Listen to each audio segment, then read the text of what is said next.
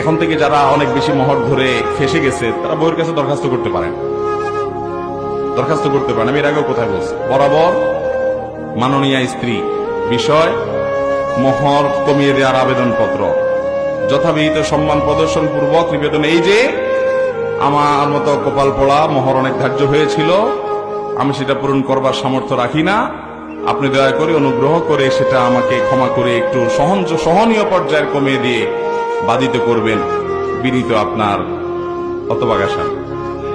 দরখাস্ত লিখতে পারেন, কোনো কথা না, কিন্তু স্ত্রীর পাম্পটি দিয়ে হোক যেমনি হোক বাইরে রেখে তার কাছে যে আদায় করে কমায় নিতে পারেন। আবার কমায় নেওয়াটা বাটপারি করে কমায় নেবেন না, সিন ক্রিয়েট করে কমায় নেয়। ওই যে বাসর রাতের কথা আমি প্রায় বলি, যে বাসর রাতে যায় বলে আরে মোহর তো অনেক দর্শে বুঝলাম, কিন্তু আমি কয়দিন পর ইটালি চলে যাব, কানাডা চলে যাব, আরে টাকাই টাকা, সব তো তোমার, কি করবা তুমি?